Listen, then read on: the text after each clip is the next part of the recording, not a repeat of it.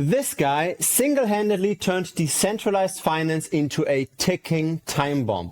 By January of next year, Curve Finance might implode, Aave might implode, and it's all just because a wave, a tsunami of additional supply, of bad supply will hit the market. Now I'm of course talking about Michael Egorov, who just recently bought a $40 million mansion in Australia. And that house wouldn't be a problem if he simply just sold his CRV tokens properly. But he didn't. He borrowed against CRV. Here, this is Michael. Another picture of him looks a bit better. And here is the house that he bought. You've probably seen this by now. Now, what's the problem and why January of next year?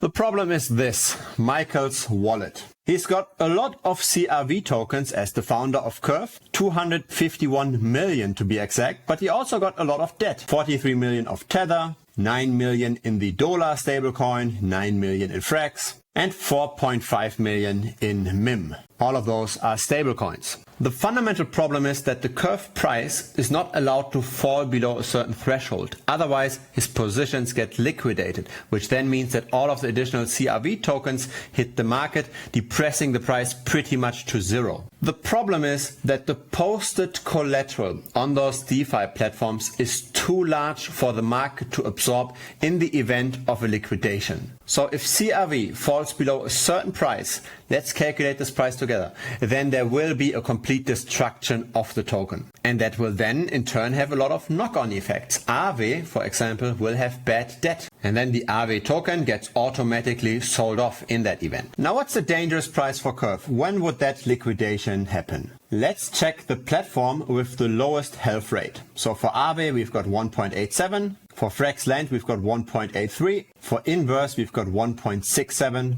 And another subpool, also Inverse, 1.54. Abracadabra's health rate is pretty high, 2.47. So let's take this position here as a potential liquidation, 1.54. The current price of CRV is 58 cents. So if we divide this by 1.54, we get a liquidation price of 37.85 cents. If the CRV price falls below that level, then in an instant it will go to zero. We'd get a Terra Luna type of collapse. And this is for the DeFi protocol that had been regarded as one of the safest in all of Web3. Everything I just said is not really news. This has been out for several days and I also made videos on the topic.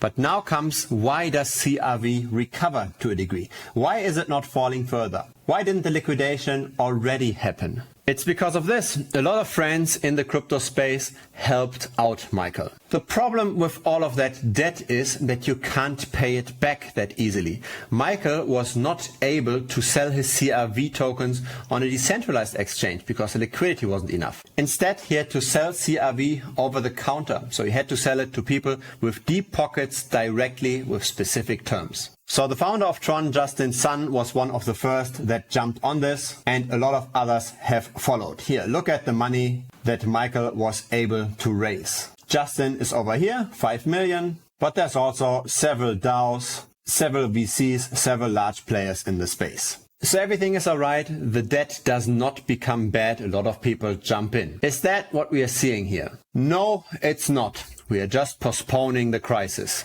What really happened with those OTC deals? All these whales got their CRV tokens for 40 cents. The only thing they had to agree to is that they will not sell their CRV for the next 3 to 6 months. They could also sell in case CRV ever hits 80 cents. I doubt though that this will happen. So the people that bought CRV here are obviously also opportunists. Everybody is in it for themselves. Nobody has millions to give away to a founder that just bought a huge mansion. So again, we've got millions and millions of supply that will hit the market at some point. And we can't even be 100% certain that we have the full 6 months. Apparently, this lockup of 3 to 6 months had just been a gentleman's agreement. And people have already spotted on chain that there had been moves to Binance. Not huge amounts, right? 55k out of 17.5 million, but still, this doesn't look like a lockup to me. And so this picture describes it quite nicely. All of Michael's OTC counterparties waiting for one of them to violate the handshake agreement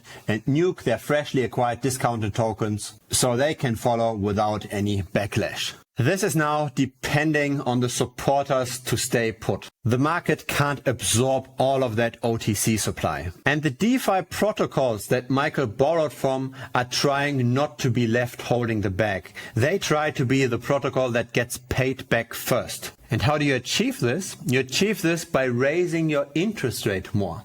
If your borrowing are the most expensive of the positions that Michael has, then Michael will choose to pay back that loan first. So in theory, the interest rates just get automatically calculated, but you can make governance proposals to update some of those calculation logics. And that is what's currently happening, putting more pressure on the overall situation. Because the more interest Michael has to pay, the more likely it becomes that Michael cannot pay back. Now it's very hard to estimate how this all ends. The risk is still in the system, the debt is still in the system, and the whales that bought over the counter will be selling latest by Q1 of next year. There is one piece of news that would make me sleep well at night, and that's hearing that Michael sold his illiquid mansion and that he's paying back the DeFi loans with those proceeds. If he decides not to do this, it's more than likely that the debt will turn bad, which means that all of the DeFi shortfall systems have to be activated.